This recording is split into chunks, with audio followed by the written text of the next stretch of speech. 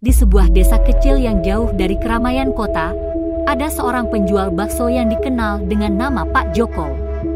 Setiap malam, ia menjajakan baksonya di sekitar pasar desa, menyusuri jalan-jalan yang sunyi dengan gerobak bakso yang sederhana.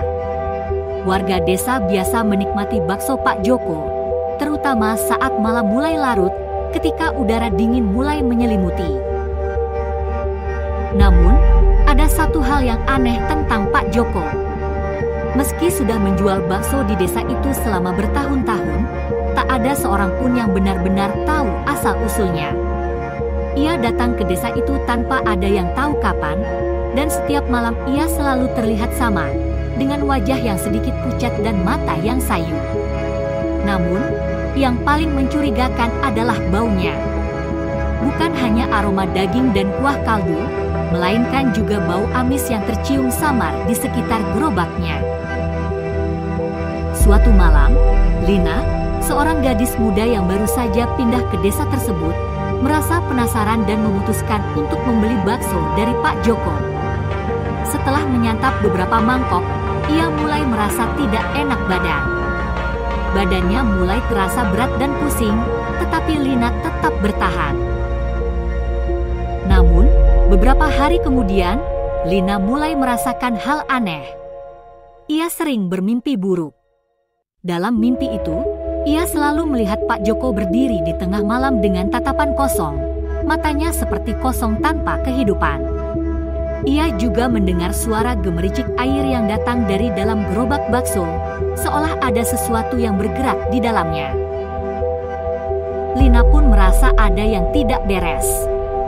Pada suatu malam yang gelap, ia memutuskan untuk menyelidiki lebih jauh.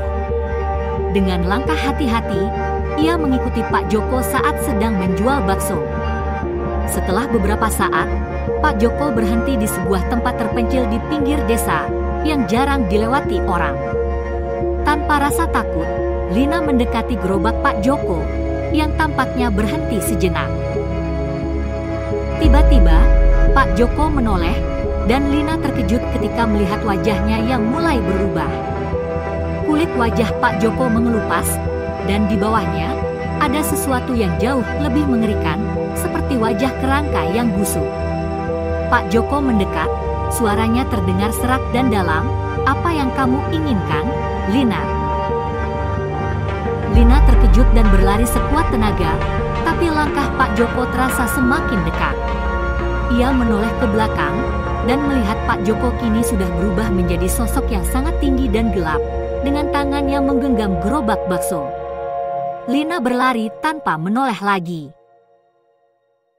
Keesokan harinya, Lina tidak pernah terlihat lagi di desa itu.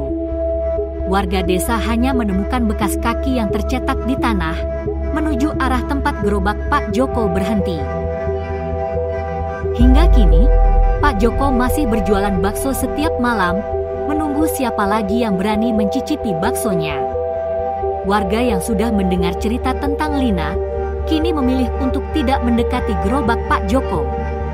Namun, setiap malam, mereka masih bisa mendengar suara gemericik air dan bau amis yang tercium samar-samar.